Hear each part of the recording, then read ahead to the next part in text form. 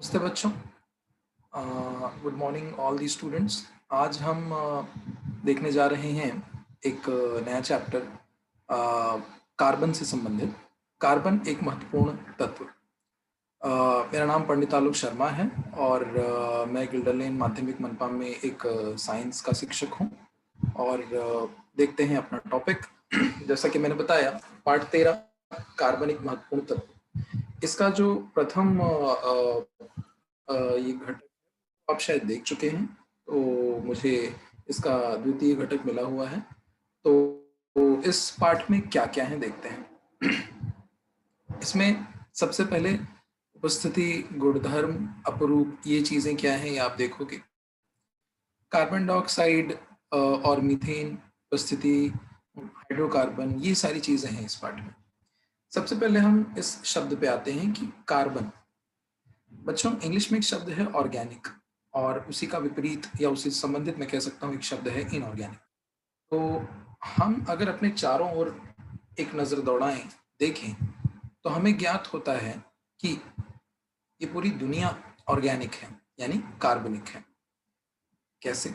लगभग मैं कह सकता हूँ कि बहुत सारी चीज़ें कार्बन से बनी हैं, कुछ प्राकृतिक और कुछ कृत्रिम रूप से। जैसे हम प्लास्टिक की चेयर यूज करते हैं, कार्बन से बनी है। जैसे हम जितनी भी खाना पीना हम खा रहे हैं, सब कार्बन से बना है। हमारा शरीर खुद कार्बन से बना है। तो कार्बन एक बहुत ही महत्वपूर्ण तत्व है। हम जितने भी जीव द्रव्य यानी बायोमोलिक्यूल्स देखते हैं, वो सभी लगभग कार्बन से बने हैं और कार्बन उनमें बहुत महत्वपूर्ण भूमिका निभाता है। तो कार्बन सबसे ज़्यादा विशेषता क्यों रखता है, ये आपको समझ में आ गया होगा। और इसी को दिमाग में रखते हुए, इसी को ज़्यादा इंपॉर्टेंस देते हुए चैप्टर का नाम रखा गया है कार्बन एक महत्वपूर्ण तत्व। मेरे सामने जैसे मुझे कुछ चीज़ें दिखाई दे रही हैं, एक लैपटॉप दिखाई दे रहा है, प्लास्टिक है, इसमें कार्बन यूज हुआ होगा। और मुझे दिख रहा है कुछ लकड़ी की चीज़ें अगर रखी गई हैं तो उनमें भी कार्बन है। मुझे दिख रहा है मेरा शरीर कार्बन से बना हुआ है। मुझे मेरे कपड़े दिखाई दे रहे हैं, कार्बन से बने हुए हैं। मेरे घर पे खाने पीने की जितनी चीज़ें हैं, सब कार्बन से बनी हुई हैं। कुछ ऐसी चीजें हैं जिनमें कार्बन नहीं है। जैसे ये लैपटॉप मैंने जिस चीज पे रखा हुआ है वो एक स्टील की चेयर है। तो मैं कह सकता हूँ हाँ, स्टील एक इनऑर्गेनिक यानी अकार्बनिक पदार्थ है। तो इस हिसाब से आपको देखना पड़ेगा अपने चारों तरफ कि कितनी चीजें कार्बन से बनी हैं और कितनी चीजों में कार्बन नहीं है या वो कार्बनिक नहीं है। तो इससे आपको एक थोड़ा सा आइडिया आ गया होगा कि कार्बनिक और अकार्बनिक क्या होता है। इंग्लिश में कार्बनिक को ऑर्गेनिक कहेंगे और अकार्बनिक को इनऑर्गेनिक कहेंगे। देखते हैं इस अध्याय में हम कार्बन से जुड़े सभी गुणों को अध्ययन।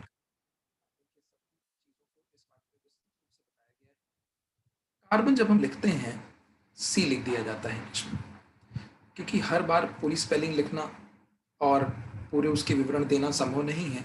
तो हम इस शॉर्ट फॉर्म का यूज करते हैं, इस सांकेतिक भाषा का यूज करते हैं। हम कह सकते हैं वैज्ञानिक सांकेतिक भाषा में हम इसे सी लिखते हैं। ए इसका प्रतीक है। जैसे आप जानते होंगे बाकी के तत्वों को भी हम, जैसे हीलियम के लिए हम एच लिखते हैं, हाइड्रोजन के लिए एच लिखते हैं, ऑक्सीजन के लिए ओ लिखते हैं, उसी प्रकार कार्बन के लिए सी लिखा जाता है। परमाणु क्रमांक 6 है। परमाणु क्रमांक का मतलब क्या होता है? आपने इंग्लिश में ए और जेड जो हम लिखते हैं किसी तत्व पे, वो भी आपको पता होगा। परमाणु क्रमांक मतलब किसी तत्व में कुल कितने इलेक्ट्रॉन हैं, वही उसकी परमाणु क्रमांक की संख्या होती है। इसका मतलब है कि कार्बन में टोटल कुल 6 इलेक्ट्रॉन है। पहली कक्षा में हमेशा 2 इलेक्ट्रॉन होता है और दूसरी कक्षा में, यहाँ पर अब हमें मालूम है जब कुल इलेक्ट्रॉन 6 ही हैं, पहली कक्षा में 2 ही डाल सकता हूं, तो बचे कितने? 4। दूसरी कक्षा में मैक्सिमम ज्यादा से ज्यादा हम कितने डाल सकते हैं? 8। तो सीधी सी बात है, 4 ही मुझे डालने मिलेगा। तो पहली कक्षा में मैंने 2 इलेक्ट्रॉन रख दिए और दूसरी कक्षा में 4 इलेक्ट्रॉन। तो इस प्रकार से हम कह सकते हैं कि पहली कक्षा, जैसे आप लिखते हो के एल एम एन, ऐसे अलग अलग कक्षाएं होती हैं, मैं आगे दिखाऊंगा आपको वीडियो में। तो पहली कक्षा में 2 और दूसरी कक्षा में 4 कॉमा लिख के जो हमने लिखा है, यही इसका इलेक्ट्रॉनिक संरूपण है। कार्बन के नाभिक में, अच्छा आप ये भी जानते हो कि जितने इलेक्ट्रॉन उस तत्व की बाहरी कक्षाओं में होते हैं, उतने ही प्रोटॉन उसके केंद्रक यानी कि नाभिक में होते हैं। तो कार्बन के नाभिक में 2 इलेक्ट्रॉन और बाहरी कोश में 4 इलेक्ट्रॉन। हम कह सकते हैं 2 प्रोटॉन नाभिक के अंदर, पहली कक्षा में 2 इलेक्ट्रॉन और दूसरी कक्षा में 4 इलेक्ट्रॉन। तो अगर ये किसी दूसरे तत्व से इलेक्ट्रॉन का लेन देन करता है तो इसके अष्टक के पूरा होने की संभावना है। अच्छा, तो अगर एक तत्व कार्बन कह रहा है कि मेरे अंतिम कक्षा में, मेरी बाहरी कक्षा में 4 इलेक्ट्रॉन है, मुझे 4 कोई दे दे तब मेरा 8 पूरा हो जाएगा, और या तो मैं ही 4 किसी और को दे दूं और मैं कहूं मैं एक ही कक्षा लेके रहूंगा, तब वह संतृप्त हो सकता है। लेकिन ये दोनों चीजें बहुत ही मुश्किल होती हैं, इसलिए जब दोनों रास्ते मुश्किल हो जाते हैं तो ये तीसरे रास्ते की तरफ जाता है, और वो है गठबंधन का, समायोजन का, कि चलो एक काम करते हैं, कुछ चीज शेयर कर लेते हैं। कुछ मेरे जो 4 इलेक्ट्रॉन हैं वो कुछ लोग ऐसा दिखा दें कि किसी और तत्व की अष्टक या उसकी कक्षा संतृप्त हो जाए, तो इस हिसाब से मैं कुछ साझेदारी करूंगा, और वो अपने 4 इलेक्ट्रॉन की साझेदारी अन्य तत्वों के साथ करता है, और तब जाके कार्बन के यौगिक बनते हैं। मैं आपको वीडियो में दिखाऊंगा कि कैसे इसके यौगिक बनते हैं। तो कार्बन अन्य तत्व के परमाणु के साथ या फिर अपने अन्य परमाणु के साथ इलेक्ट्रॉन की साझेदारी कर अणुओं का निर्माण करता है। दिखाता हूं मैं आपको कार्बन के बारे में, ध्यान दीजिएगा।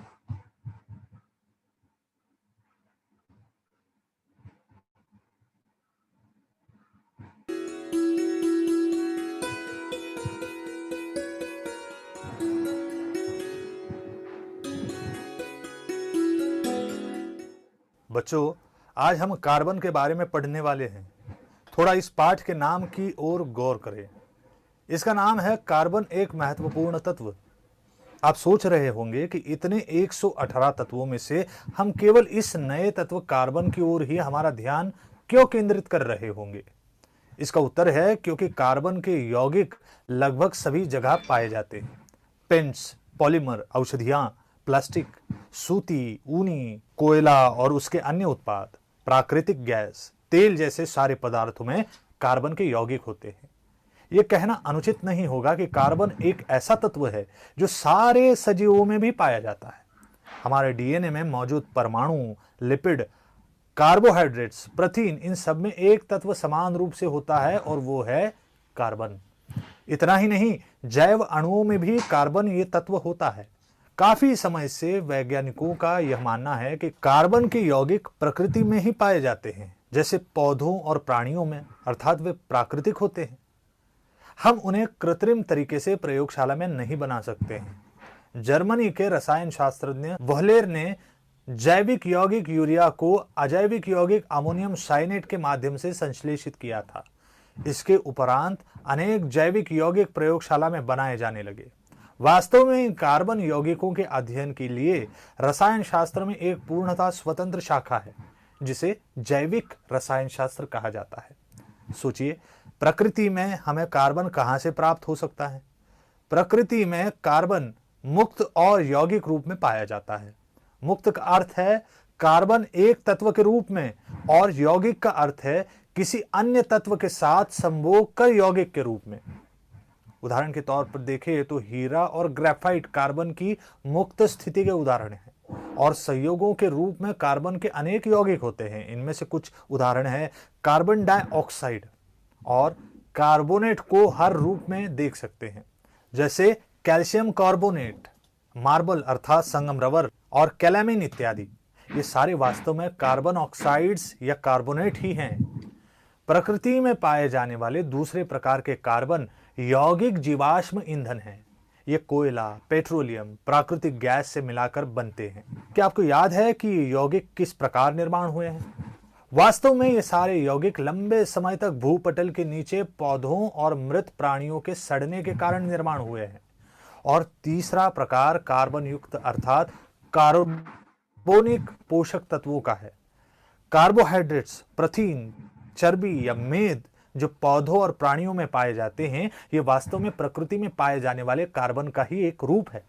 इसके अलावा प्रकृति में पाए जाने वाले तंतु जैसे कपास, ऊन, रेशम, ये सारे कार्बन के यौगिक हैं और प्रकृति में यौगिक अवस्था में पाए जाते हैं।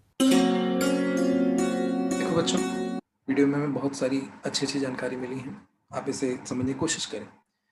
कुछ और सरल करता हूँ शब्दों को। तंतु, धागे, यानी जितने कपड़े हमने पहने हुए हैं आज तक, सभी लगभग कृत्रिम धागों से बनाए गए हैं, और धागों में क्या है? कार्बन। उन्होंने और एक शब्द यूज किया कि जैव रसायन शास्त्र, तो केमिस्ट्री जिसको हम इंग्लिश में कहते हैं, उसी को हिंदी में कहा जाता है रसायन शास्त्र। रसायन शास्त्र में इन बायोमोलिक्यूल्स यानी जैव रसायनों को पढ़ने की एक अलग शाखा है।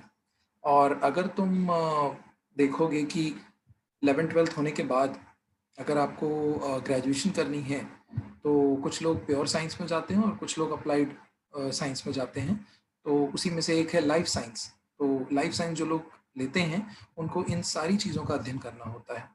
उसी प्रकार इन्होंने और एक चीज़ बताई कि डीएनए, तो डीएनए है, प्रथिन है, कार्बोज हैं, एंजाइम्स हैं यानी प्रकीर्णक हैं, संप्रेरक यानी कि हार्मोन्स हैं। ये सारी चीज़ें जो हमारे शरीर में हैं, ये इनका सभी का अस्तित्व कार्बन के बिना नहीं है, यानी इन सभी में कार्बन है। जैसे आपने एक चित्र यहाँ पे देखा होगा, मैं आपको बताता हूँ डीएनए का। जो डीएनए का चित्र था उसमें आपने देखा कि अच्छा, ये है आधुनिक आवर्त सारणी जो आपको 10वीं कक्षा में देखने को मिलेगा। तो इसमें आप देख रहे हो बहुत सारे तत्व हैं और यहाँ लिखा हुआ है कार्बन। तो कार्बन पे 6 जो लिखा हुआ है इसका मतलब ये उसका परमाणु क्रमांक है।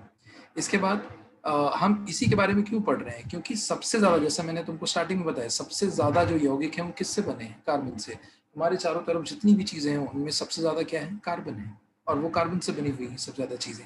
इसलिए कार्बन बहुत ही महत्वपूर्ण है और इसीलिए हम इन सारे तत्वों को छोड़कर अभी सिर्फ कार्बन के बारे में पढ़ रहे हैं। क्योंकि कार्बन मैं अभी जैसे रिसेंट के कॉन्टेक्स्ट में बताऊं आपको कॉन्टेक्स्ट में बताऊं आपको, तो पेट्रोल डीजल के दाम बढ़े हुए हैं, आप सबको पता है, हर न्यूज़ में यही चल रहा है। पेट्रोल क्या है? डीजल क्या है? हमारे घर में जो एलपीजी गैस आती है वो क्या है? हम उसे पीएनजी कहते हैं। और सीएनजी की गाड़ियां तो आपको पता ही होंगी। सीएनजी क्या है? ये सभी चीज़ें कार्बन से बने हुए यौगिक हैं। ठीक, तो कार्बन बहुत ही महत्वपूर्ण है। हमारे देश में जब पेट्रोल के दाम बढ़ते हैं तो एक प्रकार का न्यूज़ का चलन बन जाता है। तो ये इतना इम्पोर्टेंट क्यों है? कार्बन से बना हुआ है। तो कार्बन हमारे लिए बहुत ही महत्वपूर्ण है। तो ये चीज़ हम देख रहे थे और मैं आपको बता रहा था कि अभी वीडियो में एक जगह डीएनए की एक प्रतिकृति दिखाई गई थी। तो हमारे डीएनए में कुछ चीज़ें हैं, जैसे कार्बन है, ठीक, यानी कि कार्बन के यौगिक हैं, ठीक, पेंटोज शुगर हम उसको कहते हैं। और उसके साथ नाइट्रोजन युक्त अम्ल हैं जिसको हम नाइट्रिक एसिड या नाइट्रिक बेस कह सकते हैं, नाइट्रोजन डेरिवेटिव कह सकते हैं। और उसके साथ साथ फॉस्फेट है। तो ठीक है, ये सारी चीज़ें हैं, लेकिन इनमें कार्बन युक्त जो यौगिक है, पेंटोज शुगर, जो मैं बता रहा हूँ आपको, ये डीएनए में है। और हमारा डीएनए ही वह चीज़ है जो एक पीढ़ी से दूसरी पीढ़ी तक जाता है। इसका अर्थ ये है कि अगर हमारे इस डीएनए की कार्बन में कुछ बदलाव होते हैं, सीधी सी बात है हमारे डीएनए में बदलाव होंगे, और अगर हमारे डीएनए में बदलाव होते हैं तो हमारे शरीर में बदलाव होंगे। और जब डीएनए में बदलाव होता है तो या तो वो उत्क्रांति होगा और या तो वो म्यूटेशन यानी कि जनकों में, मतलब किसी भी प्रकार का परिवर्तन आ सकता है। तो हम जो हमारे जितने भी गुणधर्म आपको दिखाई दे रहे हैं, हमारे जो भी हमारा एक्सटर्नल अपीयरेंस है, ये सब चेंज हो सकता है। हमारे हाथ पैर, आँख कान नाक, और हमारे जो भी हमारा व्यवहार है, ये बहुत कुछ चेंज हो सकता है अगर वो सिर्फ कार्बन चेंज हो जाए। बहुत सारे ऐसे एक्सपेरिमेंट्स हैं जैसे प्रकाश संश्लेषण से संबंधित, और ऐसे बहुत सारे एक्सपेरिमेंट्स हैं जिनमें कार्बन के आइसोटोप्स यानी कि समस्थानिकों का उपयोग किया गया है, ये देखने के लिए कि कौन सी एक्टिविटी कैसे हो रही है और किस चीज़ पर उसका सबसे ज़्यादा प्रभाव है। तो ऐसे बहुत सारी चीज़ें हैं जो कार्बन से जुड़ी हुई हैं। कार्बन इसलिए बहुत ही ज़्यादा महत्वपूर्ण है, इसलिए आपको यहाँ पर कार्बन के बारे में बताया गया, दिखाया गया। आगे बढ़ते हैं।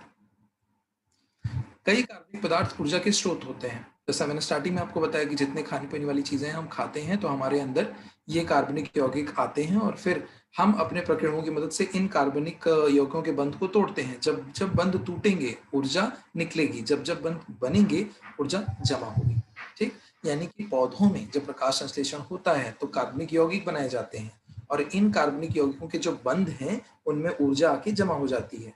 तो थर्मोडायनेमिक्स, सनलाइट की जो ऊर्जा है वो चेंज हो रही है रासायनिक बंध में। ठीक, अब जब हमारे अंदर इनका पाचन होगा और इन खाने पीने की वस्तुओं को तोड़ा जाएगा तो ऊर्जा जनरेट होगी, वो ऊर्जा हमें मिलेगी और उससे मैं बोलूंगा, भागूंगा, दौड़ूंगा, बहुत सारे काम करूंगा। यानी कार्बनिक पदार्थ हमारे लिए ऊर्जा के स्रोत होते हैं।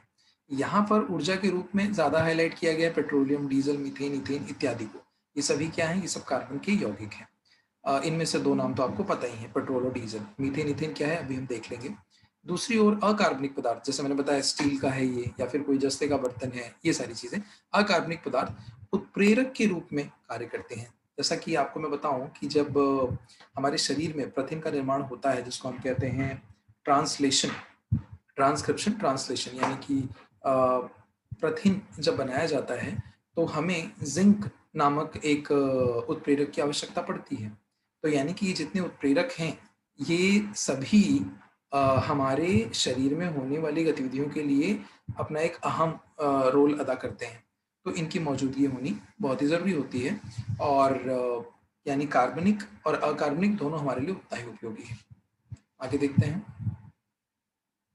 ये देखिए कुछ चीज़ें हैं जिससे आपको क्लियर हो जाएगा कि कार्बनिक क्या है और अकार्बनिक क्या है। जैसे आपको दिख रहा है पहले डीएनए, तो सर हमारा जो डीएनए है उसमें अभी कार्बन है, फॉस्फेट है और नाइट्रोजन वाली कुछ चीज़ें हैं, तो हमारे डीएनए में कार्बन का रोल है, ठीक है, यानी कार्बन से बना है। और सिंपल तुम अपने माइंड में ऐसा रखो कि जिसमें कार्बन एक प्रमुख घटक हो और जिसमें कार्बन प्रमुख घटक जिसमें नहीं है वो अकार्बनिक, जिसमें है वो कार्बनिक। और ऑर्गेनिक चीजें यानी कि कार्बनिक चीजों में कार्बन के साथ हाइड्रोजन ऑक्सीजन भी होता है। तो डीएनए हो गया कार्बनिक, हम जो शुगर यूज करते हैं, चाय वगैरह मिलाते हैं, वो भी क्या हो गया, ऑर्गेनिक। मीथेन गैस ऑर्गेनिक हो गया। और गन्ने की खोई से जो हम इथेनॉल बनाते हैं यानी शराब बनाते हैं, या मैं सिंपल शब्दों में कहूँ कि अल्कोहल बनाया जाता है, तो उसे भी हम कहेंगे ऑर्गेनिक। इनऑर्गेनिक क्या है, यानी अकार्बनिक। सर ये जो हम नमक डालते हैं क्या है, वो अकार्बनिक। ये जो हम कार्बन डाइऑक्साइड की गैस ले लेते हैं, सॉरी निकालते हैं, हम लेते हैं ऑक्सीजन और निकालते हैं कार्बन डाइऑक्साइड, ठीक इसका उल्टा कौन करते हैं, जो पौधे हैं, जो प्लांट्स हैं, वो इसका उल्टा करते हैं, यानी कि वो कार्बन डाइऑक्साइड ले लेते हैं, ऑक्सीजन छोड़ देते हैं, और उसके साथ साथ वो हमारी क्रिया भी करते हैं, यानी हम ऑक्सीजन लेके CO2 निकालते हैं, ऐसा भी वो करते हैं। तो उनके पास दोनों ऑप्शन है। तो मैं बात कर रहा था कि कार्बन डाइऑक्साइड जब हम निकाल रहे हैं तो कार्बन डाइऑक्साइड क्या है, एक इनऑर्गेनिक है, इनऑर्गेनिक गैस है। डायमंड ये भी एक इनऑर्गेनिक, और सिल्वर भी इनऑर्गेनिक। तो ऐसी सारी चीजें हैं, देखते हैं इसके बारे में और आगे। तो आपको समझ में आ गया होगा कार्बनिक और अकार्बनिक क्या है। अपरूप, ये क्या शब्द है, जैसे आज मैंने ये कपड़े पहने हैं, कल मैं कोई और कपड़े पहनूंगा, परसों में कोई और कपड़े पहनूंगा। आप सभी भी ऐसा करते हैं, तो आपके अलग अलग रूप आते हैं। या फिर मैं ऐसे कहूँ कि जब मैं छोटा था तो मेरा रूप अलग था, फिर मैं बड़ा हुआ थोड़ा अलग रूप हुआ, फिर मैं और बड़ा हुआ थोड़ा, वो अपरूप ठीक उसी तरह से है। देखिए आप, जब एक ही तत्व कई रूपों में मिलता है, जब एक ही तत्व कई रूपों में मिलता है तो तत्व के इस गुण को अपरूपता कहते हैं, इंग्लिश में एलोट्रॉपी वर्ड है। और उसके विभिन्न रूपों को उस तत्व का घन संरचना कहते हैं। तुम देखोगे अलग अलग घन संरचना के चित्र, जैसे कार्बन के विभिन्न अपरूप, हीरा है, ग्रेफाइट है, कोयला है, कोक है, चारकोल है जिसे कास्ट कोयला भी कहा जाता है, अस्थि कोयला है जिसको बोन ब्लैक कहा जाता है, काजल है, कार्बन ब्लैक है, गैस कार्बन और पेट्रोलियम कोक तथा चीनी कोयला इत्यादि, ये सारी चीजें कार्बन के अपरूप हैं। यानी चाहे मैं इनके नाम लूं या कहूं कि सिंपली ये कार्बन के अपरूप हैं, तो दोनों शब्द आप यूज कर सकते हैं। कार्बन के अतिरिक्त ऑक्सीजन, गंधक, फास्फोरस आदि भी अपरूप में पाए जाते हैं। यानी जो अपरूपता का गुणधर्म है वो सिर्फ कार्बन में नहीं है, वो ऑक्सीजन, गंधक यानी सल्फर में भी है, फास्फोरस में भी है, अलग अलग चीजों में। अपरूप का अर्थ होता है एक ही तत्व के विभिन्न संरचनात्मक रूप और काफी अलग भौतिक गुणों और रासायनिक व्यवहार का प्रदर्शन कर सकते हैं। अरे ये तो जब छोटा था तब ये तो बहुत शांत था, ये बड़ा हुआ तो ये तो बड़ा उपद्रवी हो गया। यानी व्यक्ति वही है, सिर्फ उसके गुणधर्म में, उसके भौतिक गुणधर्मों में हमें चेंजेस देखने को मिल सकता है, ऐसा यहाँ पर इनका कहना है। कार्बन के क्रिस्टलीय और अक्रिस्टलीय अपरूप, मैंने अपने पिछले लेक्चर में भी आपको बताया कि जिसका शेप फिक्स हो, जिसका आकार फिक्स हो, उसको हम कहते हैं क्रिस्टल या क्रिस्टलाइन। तो हिंदी में इसके लिए शब्द है केलासीय, और अकेलासी यानी अक्रिस्टलीय। तो हीरा, ग्रेफाइट और फ्लोरीन जो है, इनका जो संरचना है वो फिक्स होती है, इनका आकार जो होता है वो फिक्स होता है। ठीक, मैं परमाणुओं के आकार की बात कर रहा हूँ, उनके अणु के आकार की बात कर रहा हूँ, ना कि कैसा दिखता है हीरा शेप में उसकी बात नहीं कर रहा हूँ। ठीक, और जो कोक है, कोयला है, कास्ट चारकोल है, जंतु चारकोल है, काजल, गैस कार्बन, इनका कोई फिक्स संरचना या रूप नहीं होता। ठीक, तो जिसका फिक्स संरचना सूत्र नहीं होता उसको हम कहते हैं अकेलासी, और जिनका होता है उन्हें हम कहते हैं केलासी। तो ये दो चीजें हैं। तो कार्बन के ये सारे अपरूप हैं, आप बता सकते हो उसमें से कौन केलासी है और कौन अकेलासी है, ये भी आप याद रख सकते हैं। देखते हैं यहाँ थोड़ा देखता हूँ।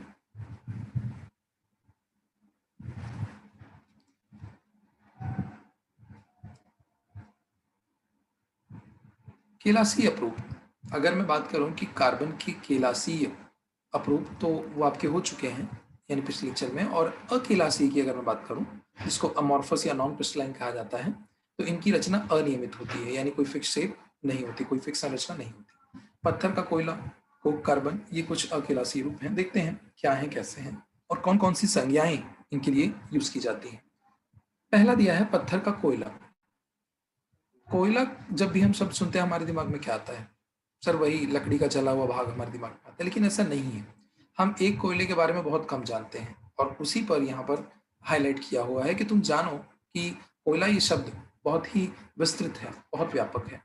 तो यहाँ देखिए पहला दिया पत्थर का कोयला। जमीन के नीचे बहुत साल पहले जो प्राणी और वनस्पति कुछ बड़े चेंजेस हुए थे, जिसको बायोलॉजी में एक टर्म है कैटास्ट्रोफिक चेंज। जब ये चेंज हुआ तो डायनासोर्स के आकार के जो प्राणी थे और बहुत बड़े बड़े जायंट प्लांट्स जो थे, ये सब जमीन के नीचे दब गए और मिट्टी इनके ऊपर आती गई। और बहुत सालों तक ये जब अंदर दबे रहे तो ऑक्सीजन प्रचंड दाब की वजह से इनका रूपांतरण हो गया कोयला में। यानी जो वनस्पति घटक थे वो सब के सब कोयला बन गए, और जो प्राणी घटक थे, जो प्राणियों का शरीर था, वो सब के सब पेट्रोल, डीजल, गैस, ये सब बन गए। तो जब भी हमें कोई पूछे कि गल्फ कंट्रीज में बहुत ज़्यादा ऐसा क्या है जिसकी वजह से वो इतने अमीर हैं, तो तुमको फटाक से मालूम पड़ जाता है कि अरे वहाँ पे तो तेल के कुएं हैं। इसका मतलब है कि बहुत सारे प्राणी वहाँ बहुत साल पहले दबे हुए थे और जिनका रूपांतरण हुआ है जीवाश्म ईंधन में।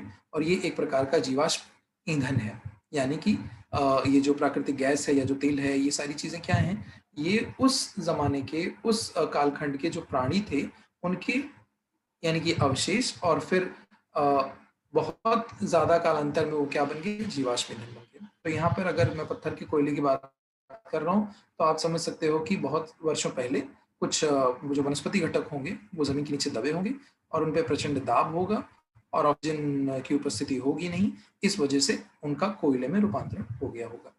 पत्थर का कोयला एक जीवाश्म ईंधन है, जैसा मैंने बताया कि वनस्पति का ही एक कन्वर्जन हुआ है जिससे जीवाश्म ईंधन बना है। तो ये एक जीवाश्म ईंधन है। इसमें कार्बन, हाइड्रोजन, ऑक्सीजन होता है।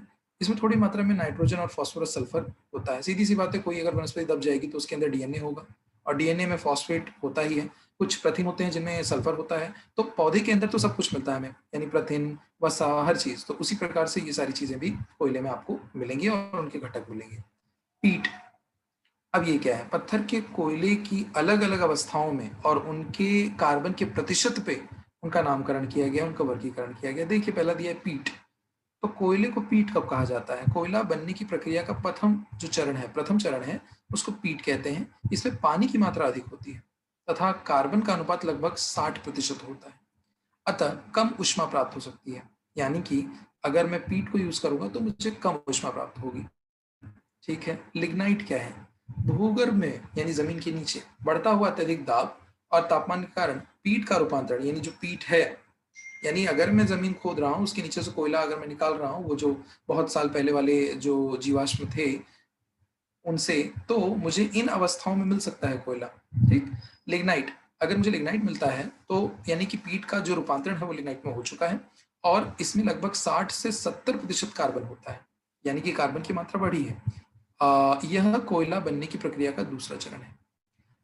बिटुमिनस क्या है? बिटुमिनस ऐसा कोयला है जो तीसरे चरण में बना है। इसमें कार्बन का अनुपात 70 से 90% होता है। तो आप देख रहे हो पानी की मात्रा धीरे धीरे कम हो रही है और कार्बन का प्रतिशत बढ़ता जा रहा है।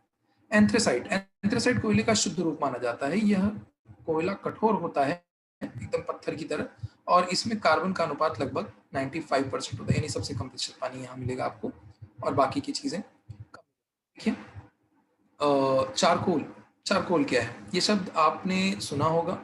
आजकल जो ब्यूटी प्रोडक्ट्स आते हैं, जैसे एक फेस वॉश आता है गार्नियर का और भी कंपनीज़ का, तो उसमें बता रहे हैं कि चारकोल इसमें मिक्स है। क्या करता है चारकोल? ये जो लोग फेस मास्क लगाते हैं, तो ये सारी गंदगी को निकाल लेता है, ठीक? तो उसी प्रकार ये आज की कंपनियाँ क्या कर रही हैं कि फेस वॉश में मिक्स कर दे रही हैं चारकोल और बता रही है कि आपके फेस पर जो छोटी-छोटी चीज़ें या जो पॉल्यूटेंट्स या जो बाहर के प्रदूषक हैं, उनके जो कण जमा हो गए होंगे, अगर आप ये क्रीम लगाओगे तो उसके साथ वो निकाल देगा उन छोटे कणों को और आपका फेस साफ हो जाएगा। मार्केटिंग स्किल है, बट हमें ध्यान देना है कि चारकोल या इन चीज़ों को किस तरीके से यूज़ किया जा रहा है। तो आप समझ जाइए कि भविष्य में इनसे संबंधित जो शास्त्र है और उनकी जो यूटिलिटी है यानी उपयोगिता है, वो कितनी है आपके लिए? बहुत ज़्यादा है।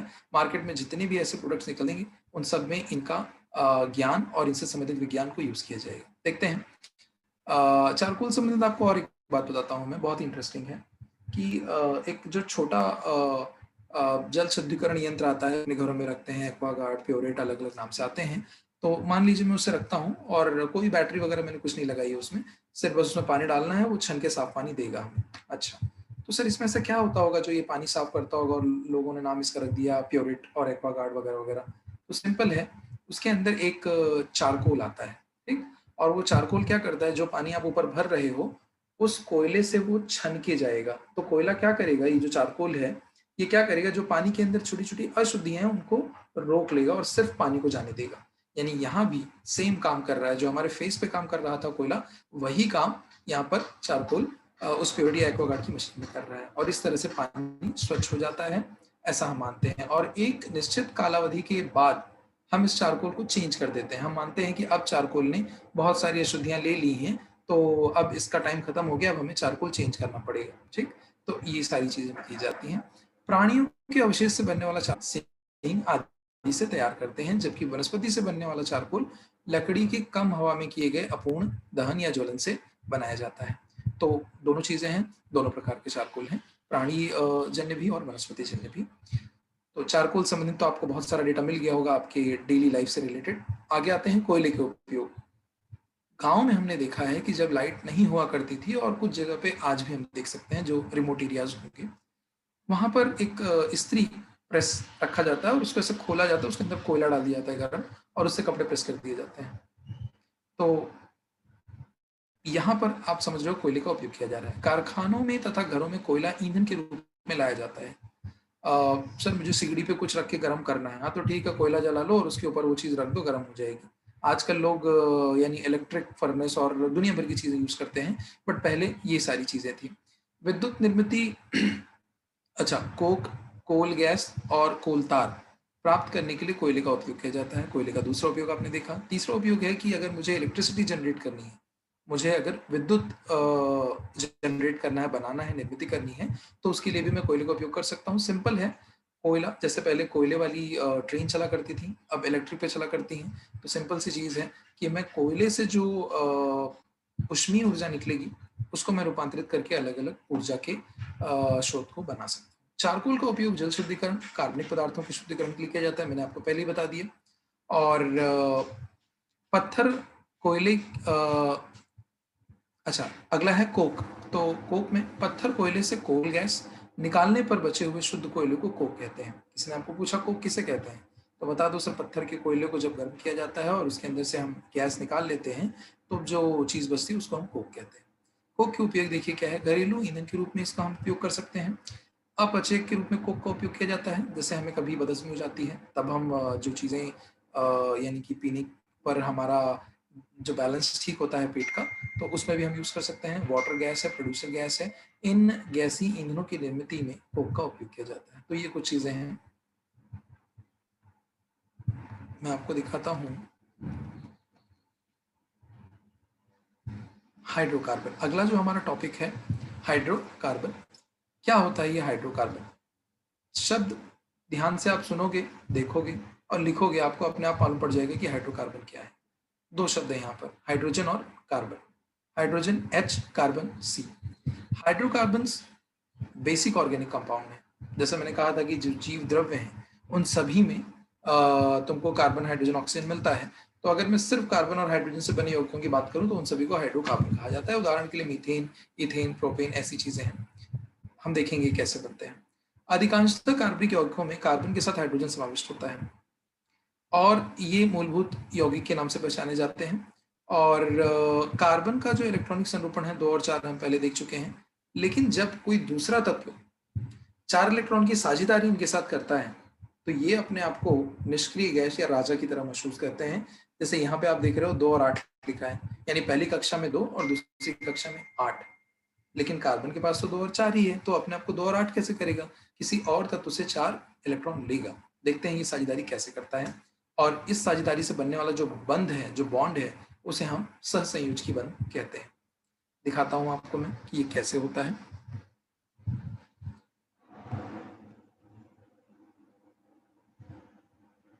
यहां आप ध्यान से देखिए, कार्बन दिखाया गया है बीच में, ठीक? ये है आपका कार्बन, कार्बन के साथ 4 हाइड्रोजन, ठीक? तो कार्बन के साथ 4 हाइड्रोजन सहसंयोजकी बंध बना रहे हैं, ठीक? और इसमें इलेक्ट्रॉन को कुछ इस हिसाब से दिखाया गया है। मैं और ये सिंपल करता हूं आपको कि कैसे होता है। ये मैंने बना दिया कार्बन, ठीक? इसकी पहली कक्षा में 2 इलेक्ट्रॉन, ये मैं डाल रहा हूं 2 इलेक्ट्रॉन,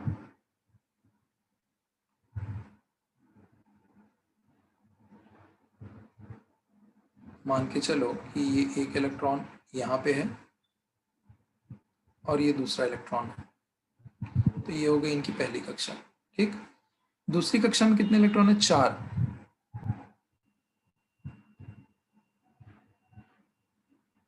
तो दूसरी कक्षा में इसके 4 इलेक्ट्रॉन 1 हो गए।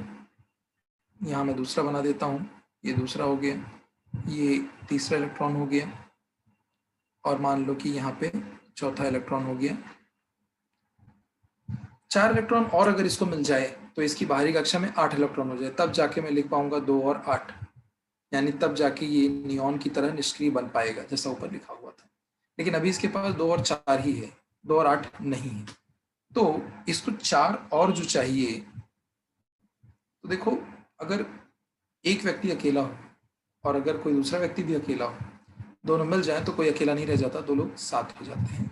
यहाँ पर वही किया जा रहा है, यानी हाइड्रोजन आता है इसके पास, हाइड्रोजन कहता है कि भाई मेरे पास तो एक ही इलेक्ट्रॉन है, ठीक? हाइड्रोजन कहता है कि मेरा नाम हाइड्रोजन है और मेरे पास एक ही इलेक्ट्रॉन है, मेरे पास एक ही कक्षा है और सिर्फ एक ही इलेक्ट्रॉन है। तो मेरे लिए आप क्या कर सकते हो? हम जानते हैं अगर एक ही कक्षा है तो मैक्सिमम इसके पास पहली कक्षा में कितने इलेक्ट्रॉन होते हैं? मैक्सिमम 2, यानी एक और ये ले सकता है। कौन? हाइड्रोजन। तो ये गया इसके पास, किसके पास? कार्बन के पास। लेके आता हूं इसको। एक हाइड्रोजन अगर आया यहाँ और उसने कहा कि मेरे पास एक इलेक्ट्रॉन है, आप मुझे एक इलेक्ट्रॉन दे दो, तो मैं 2 इलेक्ट्रॉन वाला हो जाऊंगा, ठीक? एक इलेक्ट्रॉन मान लीजिए हाइड्रोजन के पास पहले से है और ये जो दूसरा वाला इलेक्ट्रॉन है ये तो कार्बन का था, लेकिन साझेदारी कर ली कि इसको मैं अपना समझ रहा हूं, तुम भी अपना समझ लो।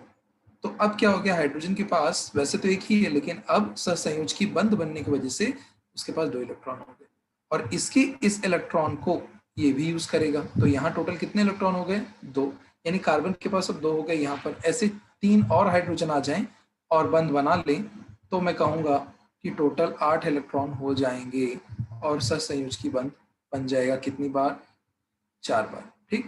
तो इसीलिए कार्बन के चारों तरफ कितने आ रहे हैं? 4 हाइड्रोजन आ रहे हैं। अच्छा, अब मैं आपको ये बता रहा हूं कि ये जैसे यहाँ 2 इलेक्ट्रॉन दिखाए गए, तो आप माइंड में ये रखो कि कार्बन की सिर्फ बाहरी कक्षा दिखाई गई है। इस चित्र में कार्बन की सिर्फ बाहरी कक्षा दिखाई गई है और ये जो 8 रेड कलर के बॉल दिख रहे हो, इसमें से 4 हाइड्रोजन के हैं, ठीक? और 4 कार्बन के हैं। तो यहाँ साझेदारी हुई है जिसको हम कहते हैं कोवैलेंट बॉन्ड इंग्लिश में, और हिंदी में सहसंयोजकी बंध। तो यहाँ पर इस हिसाब से आप ये समझ सकते हो कि बाकी के जो कार्बनिक यौगिक हैं या सहसंयोजकी यौगिक हैं वो इसी प्रकार बनते हैं। तो ये चीज हो गई। फिर उसके बाद सहसंयोजकी यौगिकों का जो गलनांक है और क्वथनांक है वो कम होता है। ये प्रायः पानी में अविलेय तथा कार्बनिक विलायकों में विलेय होते हैं। इसका मतलब क्या है? जैसे मैं तुम्हें कहूँ कि तेल को तुम पानी में मिक्स करो, क्योंकि अभी मैंने कहा था कि तेल किससे बना है? कार्बन से। चलो ठीक है, तेल को मैं पानी मिक्स करता हूँ, मिक्स नहीं होगा। लेकिन तेल को जब मैं बेंजीन, ईथर ऐसी चीज़ों में अगर मिक्स करूँ, अब ये बेंजीन, ईथर क्या है? ये कार्बनिक विलायक हैं, ठीक? तो कार्बनिक विलायकों में ये मिक्स हो जाएंगे, लेकिन पानी में मिक्स नहीं होंगे। तो पानी में मिक्स नहीं होने के कारण इन्हें अविलेय कह रहा हूँ। और ये विलेय किस में होंगे? ये होंगे अविलेय कार्बनिक विलायकों में, यानी बेंजीन, ईथर ऐसी चीज़ों में। ये ऊष्मा और विद्युत के मंद चालक होते हैं, यानी कि बहुत अच्छे चालक नहीं हैं, मंद चालक हैं, बहुत कम मात्रा में ऊष्मा और विद्युत का प्रवाह होगा। तो ये भी चीज़ है। और आगे देखते हैं।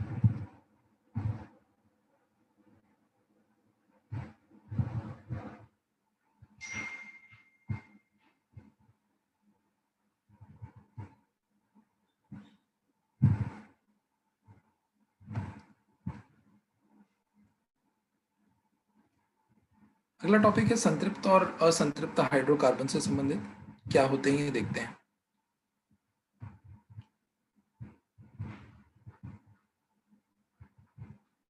यहां पर आप देख रहे थे कि सबके सब सिंगल बॉन्ड बना रहे हैं, 4 सिंगल बॉन्ड बने हैं यहाँ पे। तो जब हम सिर्फ इकहरे बॉन्ड देखते हैं किसी कार्बनिक यौगिक में, तो उसे हम कहेंगे संतृप्त। अगर हमें कहीं दोहरे या तिहरे बंध देखने को मिले तो हम उसे कहते हैं असंतृप्त। दिखाता हूं मैं कैसे। जैसे यहाँ देखिए असंतृप्त हाइड्रोकार्बन, यहाँ आप देख रहे हो कि लिखा हुआ है प्रोपेन। प्रोपेन में यहाँ पे प्रोपीन लिखा हुआ है। प्रोपीन और प्रोपाइन, देखो लास्ट में जो सफिक्स आ रहा है वो पीन और पाइन, यानी ईन और आइन ये शब्द अगर आते हैं तो आप समझ जाओ कि वो असंतृप्त हैं। और अगर संरचना में आप यहाँ इकहरा बंध था, फिर से इकहरा बंध था, लेकिन बीच में एक डबल बॉन्ड था कार्बन में, ठीक। या फिर कहीं अगर नीचे देखो इथीन में जब ट्रिपल बॉन्ड आ जाता है तो यहाँ पर आप कहोगे कि ये असंतृप्त है। तो वही इसकी परिभाषा है और वही दी हुई है।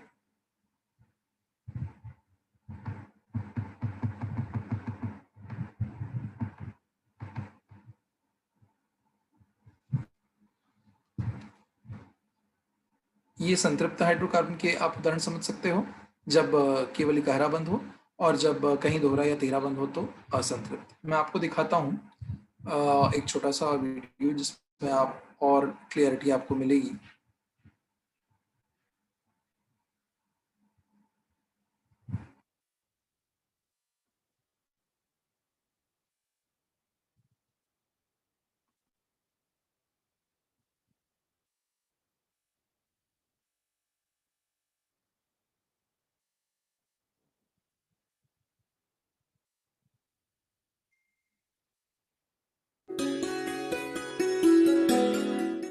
बच्चों, आज हम कार्बन के बारे में पढ़ने वाले हैं। थोड़ा इस पाठ के नाम की ओर गौर करें। इसका नाम है कार्बन एक महत्वपूर्ण तत्व। आप सोच रहे होंगे कि इतने 118 तत्वों में से हम केवल इस नए तत्व कार्बन की ओर ही हमारा ध्यान क्यों केंद्रित कर रहे होंगे। इसका उत्तर है क्योंकि कार्बन के गुणों के बारे में जानकारी प्राप्त करते हैं। कार्बन की सबसे महत्वपूर्ण विशेषता कही जाए तो वो है कार्बन की अपरूपी प्रकृति। पहले अपरूपी प्रकृति क्या है इसके बारे में जान लेते हैं। अपरूपी तत्व की वो विशेषता है जिसके कारण वो तत्व प्रकृति में एक से अधिक रूपों में रह सकता है। इन रूपों की रासायनिक विशेषताएं एक जैसी होती है, लेकिन इनकी भौतिक विशेषताएं भिन्न भिन्न होती हैं। वो विशेषता जिसके कारण उस तत्व में अन्य अन्य रूपों में रहने की क्षमता आती है, इसे ही अरूपता या एलोट्रोप कहा जाता है। ये विशेषता न सिर्फ कार्बन में वरना सल्फर और फास्फोरस में भी पाई जाती है। अब आपके मन में अवश्य सवाल उठ रहा होगा कि रासायनिक यौगिक और एलोट्रोप अर्थात अपरूप में क्या अंतर है। जैसे कार्बन हीरे या ग्रेफाइट जैसे अपरूपीय रूपों में प्राप्त होता है और कार्बन यौगिक रूप में भी प्राप्त होता है। उदाहरण के लिए कार्बन डाइऑक्साइड और कार्बन मोनोऑक्साइड। आइए समझते हैं कि इन दोनों प्रकारों में क्या अंतर है। आपको याद ही होगा कि हमने कहा था कि यौगिकों में भिन्न रासायनिक और भौतिक विशेषताएं होती हैं। इसी कारण इन दोनों उदाहरण में कार्बन अलग अलग है। जब हम एलोट्रोप की बात करते हैं तभी हम भिन्न भौतिक विशेषताएं लेकिन समान रासायनिक विशेषताओं की बात करते हैं। अपरूप एक ही तत्व के होते हैं, अतः इस मामले में हम जब कार्बन की बात करते हैं तब हम शुद्ध रूप में कार्बन की बात करते हैं, और यही अपरूप और यौगिकों में सबसे महत्वपूर्ण अंतर होता है। यौगिकों के बारे में बात करें तो इनमें या रासायनिक यौगिकों में अनेक तत्वों का संयोग या कहे मिश्रण होता है जो एक रासायनिक यौगिक का निर्माण करता है, और ये रासायनिक और भौतिक विशेषताओं में भिन्न हो सकते हैं। इसलिए बच्चों, अपरूप और यौगिकों को समझने में कभी भी गलती मत करना। प्रकृति में किसी एक तत्व की एक से अधिक रूपों में प्रस्तुत होने की क्षमता को एलोट्रोपी या अपरूपता कहा जाता है।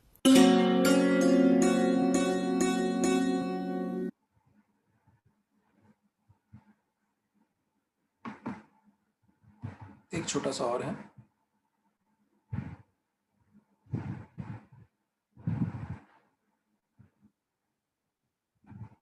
रासायनिक विज्ञान का चौथा अध्याय पढ़ेंगे जिसका नाम है कार्बन। इस अध्याय में हम कार्बन के रोचक यौगिकों एवं उनके गुणधर्मों के बारे में विस्तार से पढ़ेंगे।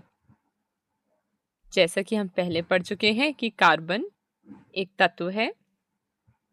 कार्बन तत्व का प्रतीक होता है C और यह एक अधातु है यानी कि नॉन मेटल। पर सोचिए, कार्बन धातु हमें प्राप्त कैसे होता है? प्रकृति से कार्बन हमें दो रूप में मिलता है, तात्विक रूप में जिसे इंग्लिश में एलिमेंटल फॉर्म कहते हैं और संयुक्त रूप में जिसे कंबाइंड फॉर्म कहते हैं।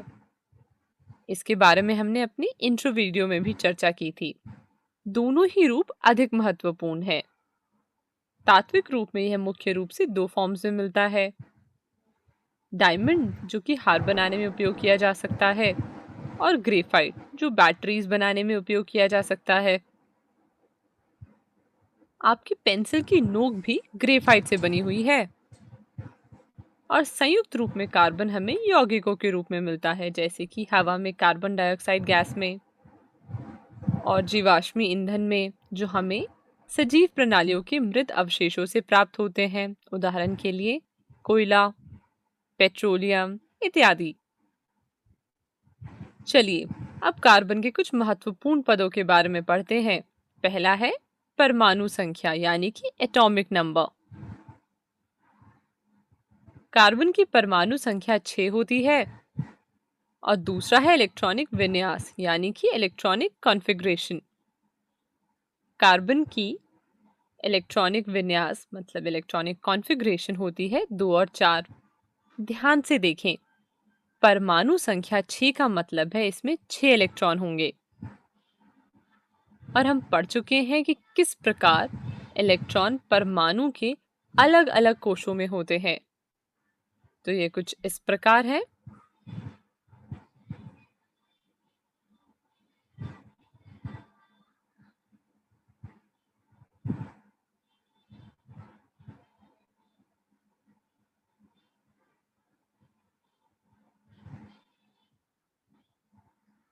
पहले कक्ष जिसे के कोश भी कहते हैं, इसमें होंगे 2 इलेक्ट्रॉन। और दूसरे कक्ष जिसे हम एल कोश भी कहते हैं, इसमें होगा 4 इलेक्ट्रॉन। याद करें, कक्षा 9 में हमने अध्ययन किया था कि कैसे विभिन्न तत्वों की संयोजन क्षमता संयोजकता इलेक्ट्रॉन की संख्या पर निर्भर करती है। अब सोचिए कि कार्बन में कितने संयोजकता इलेक्ट्रॉन होंगे। चलिए आपको एक हिंट देते हैं। संयोजकता इलेक्ट्रॉन होते हैं किसी भी परमाणु के सबसे बाहरी कोश में उपस्थित इलेक्ट्रॉन की संख्या। अब सोच सकते हैं आप। उत्तर देखते हैं इसका।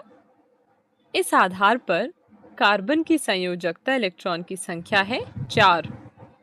इसी कारण हम कार्बन को कहते हैं चतुर संयोजक, जिसे इंग्लिश में कहते हैं टेट्रावैलेंट। टेट्रा यानी कि 4 और वैलेंट है वैलेंसी। तो हम देखते हैं कि हमने आज की कक्षा में क्या क्या पढ़ा। हमने पढ़ा कि कार्बन की परमाणु संख्या कितनी होती है, हमने इलेक्ट्रॉनिक विन्यास की चर्चा की और इसकी संयोजकता के बारे में बातचीत की, और पढ़ा कि कार्बन के चतुर संयोजक गुणधर्म क्या होते हैं। वीडियो को रोकें और इसे अपनी कॉपी में लिख लें। आप में से जिसको लिखना हो वो लिख सकते हैं। और यहाँ लगभग हम खत्म करते हैं अपना सेकंड पार्ट। धीरे सर, किसी क्वेश्चंस पूछने हो तो पूछ सकते हैं।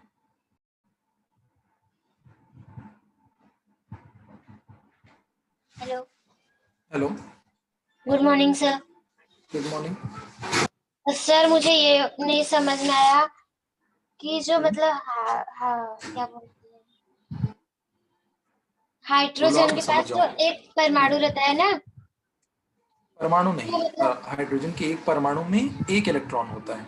हाँ, बाहरी एक कक्षा में इलेक्ट्रॉन एक होता है। इलेक्ट्रॉन है जी। तो सर मतलब उसने कार्बन के साथ मतलब चार कैसे, आपने बोला ना चार उसने दिया चार इसने लिया। हाँ, फिर से बताता हूँ आपको। ऐसा भी आप समझ सकते हो कि मेरे घर में 4 अगर छोटे बच्चे हैं, ठीक, और सबकी जेब में सिर्फ 1-1 रुपए हैं। कितने रुपए हैं? एक एक। 1-1, ठीक। और मेरे जेब में है 4 रुपए, ठीक। अब मैं ये कह रहा हूँ कि चारों बच्चों, आ जाओ मेरे पास। आ गए। मैंने कहा बच्चा आपकी जेब में कितने रुपए हैं? उसने बोला 1। सबको मैंने पूछा, सबने मुझे क्या आंसर दिया होगा? 1, ठीक। मैंने कहा जाओ बाहर, तुमको जो लेना है ले लो, 2 रुपए का। तो बोले सर हमारे पास तो 1 ही रुपए हैं, तो हम 2 रुपए कैसे ले लेंगे सब लोग? मैं बोला 1 रुपया तुम चारों को मैं दूंगा, तो मेरा जो 4 रुपया है, अगर मैं वो चारों के लिए 1-1 दे के रखूं, तो उन चारों बच्चों की जेब में कितने रुपए हो गए प्रत्येक के? दो। यस, बस यही यहाँ पर भी हो रहा है बच्चा। कार्बन जो है उसकी बाह्यतम कक्षा में कितने इलेक्ट्रॉन हैं? 4, ठीक। और जो हाइड्रोजन है वो छोटे बच्चे समझ लीजिए, और उनके हर एक के जेब में कितने रुपए हैं? 1-1। तो कार्बन क्या बोल रहा है कि मेरा जो 4 रुपया है उसको मैं 4 अलग अलग रखता हूँ, और तुम चारों के लिए 1-1 रखता हूँ। तुम उसको ऐसा मान के चलो कि तुम सबके पास 2-2 रुपए हैं। समझा आपको बच्चा? Yes sir, thank you. और सर चारकोल? चारकोल के बारे में मैंने आपको ये बताया बच्चा कि चारकोल यूज हो रहा है आजकल जल शुद्धिकरण। जो मैंने आपको प्योरेट और एक्वागार्ड का एग्जांपल दिया कि एक 500-600 रुपए का एक रिफिल आता है उसका, जब साल भर यूज करने के बाद ये एक समय पर हम क्या करते हैं कि वो रिफिल खरीदते हैं, और वो रिफिल के अंदर सिर्फ क्या होता है? चारकोल। तो चारकोल क्या करता है कि जब पानी ऊपर से नीचे आता है तो उस चारकोल से छन के जाता है। तो चारकोल का मेन काम क्या है? पानी की जो अशुद्धियां, छोटे कंकड़ पत्थर हैं या कुछ ऐसी चीजें हैं, तो उनको क्या करता है? सोख लेता है अपने में और सिर्फ पानी को जाने देता है। तो चारकोल क्या काम करता है? जल शुद्धिकरण का काम करता है। मैंने और एक उदाहरण दिया आपको कि चारकोल जो हमारा फेस मास्क है, या फिर जो फेस वॉश आ रहे हैं आजकल उनमें भी यूज हो रहा है, वहां पर भी वो सेम काम करता है कि जब हम मुंह पे उसका लेप लगा लेते हैं तो वो एक छोटा, जो हमारे छोटे छोटे यानी कण हमारे चेहरे पे लग गए हैं या कुछ गंदगी लग गई है, तो उन सबको वो अपने झाग में मिक्स कर लेता है और फिर हम मुंह धोते हैं तो वो भी साफ हो जाता है। तो चारकोल एक प्रकार का कोयला है जो आजकल अलग अलग चीजों में यूज हो रहा है। समझा आपको ओके, बेटा? Thank you sir. ओके बेटा, और किसी को?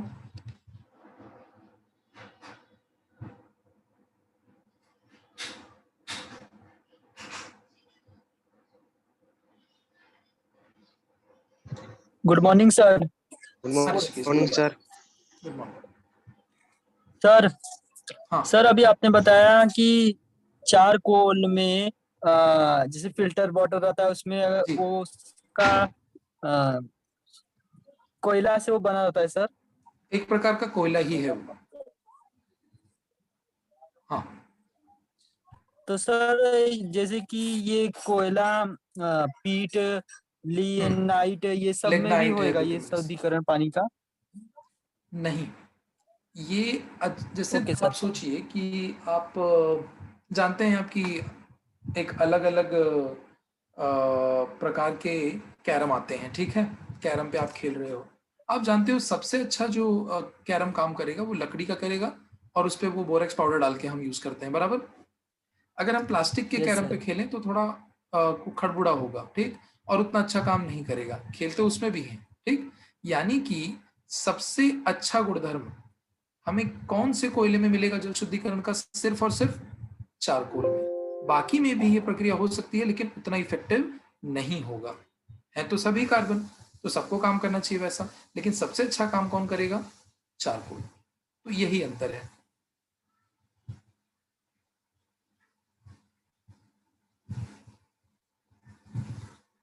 तो जिस अवस्था में कार्बन है उस अवस्था के हिसाब से हमने नाम दिए हैं और उसी अवस्था के हिसाब से उनके उपयोग हैं। समझा? तो बच्चों, कार्बन जीवन में हमेशा आपको उपयोगी है। कार्बन आपके चारों तरफ है, जहां जहां आप देखेंगे आपको हर जगह कार्बन मिलेगा। हम आए थे कार्बनिक रूप में और हम जाएंगे कार्बनिक रूप में। कार्बन हमेशा जीवन में हमारे साथ रहेगा, हमारी आखिरी सांस तक रहेगा। और ऐसे ही आप पढ़ते रहिए और इस ऑर्गेनिक वर्ल्ड को नेक्स्ट लेवल पर लेके जाते रहिए। धन्यवाद।